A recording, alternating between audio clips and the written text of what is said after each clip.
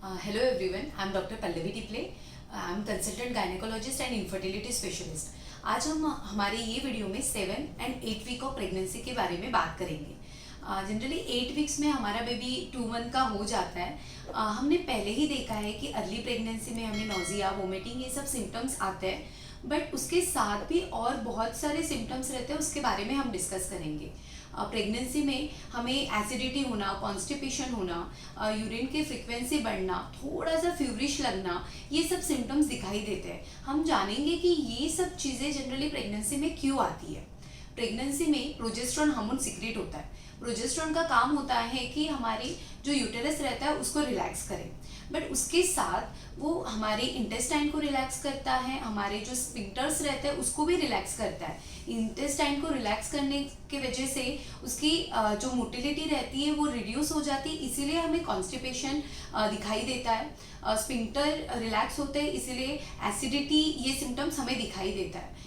Pregnancy में बहुत सारे चेंजेस हमारे बॉडी में होते हैं। उसमें से सबसे इम्पॉर्टेंट रहता है हीमोडाइलेटेशन, यानी हमारे जो ब्लड रहते हैं उसमें प्लाज्मा रहता है और रेड ब्लड सेल रहता है। तो प्रेगनेंसी में प्लाज्मा इंक्रीज होता है और जो रेड ब्लड सेल रहता है वो कंपैरेटिवली डिक्रीज होता है। इसकी वजह से हमारा जो ब्लड रहता है वो थीन रहता है। ये नेचर सिलेक्शन रहता है प्रेगनेंसी के लिए।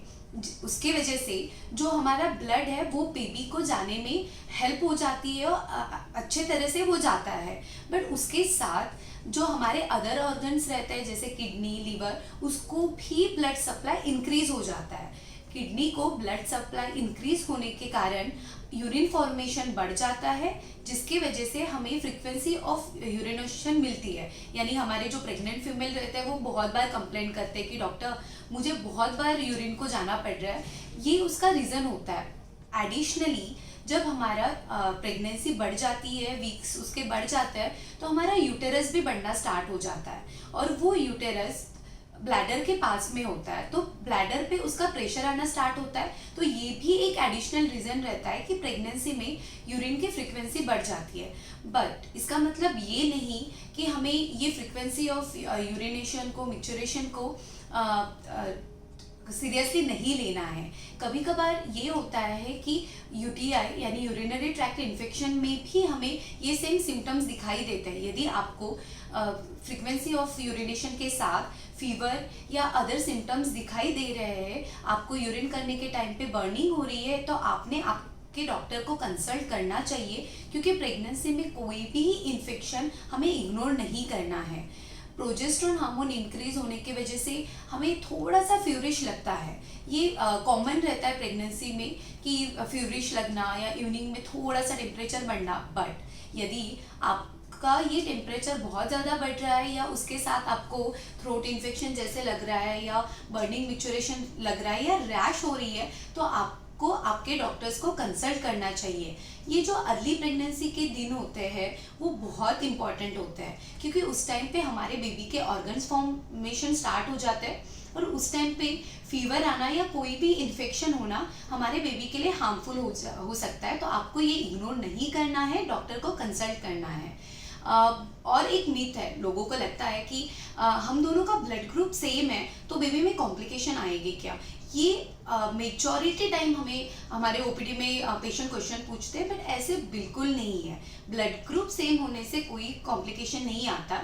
यदि फीमेल का ब्लड ग्रुप निगेटिव है, हस्बैंड का पॉजिटिव है, तो उस टाइम पे बेबी में RH इम्यून स्टेटस आ सकता है, बट उसमें भी डरने की बात नहीं रहती। एंटी-डी एक इंजेक्शन रहता है, वो यदि हम प्रेगनेंसी के दौरान दें और आपका बेबी बॉर्न होने के बाद दें, तो नेक्स्ट प्रेगनेंसी में भी आपको कॉम्प्लिकेशन नहीं आते।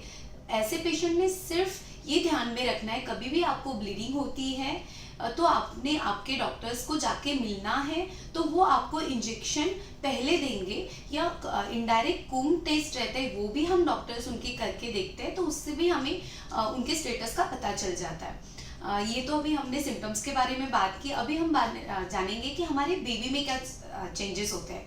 8 वीक्स में हमारा बेबी बहुत छोटा होता है, 1 इंच का, एक छोटा रास्पबेरी जैसे हमारा बेबी होता है। बेबी के ऑर्गन फॉर्मेशन स्टार्ट हो जाते हैं, उसके फिंगर फॉर्मेशन स्टार्ट हो जाते हैं, बट ये फिंगर जनरली वेव फॉर्म में होते हैं, यानी वो एक दूसरे को जुड़े हुए होते हैं।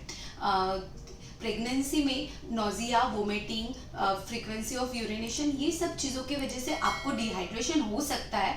तो आपको अर्ली प्रेगनेंसी में ये ध्यान देना है कि आपको पानी बहुत ज़्यादा पीना है, 3 to 4 लीटर्स वाटर आपको लेना है। आप लाइम जूस ले सकते हो, आप फ्रूट जूस ले सकते हो, बट आपको हाइड्रेशन मेंटेन करना है। साथ में ही आपको हेल्दी डाइट लेना है और आपका ख्याल रखना है। Thank you so much.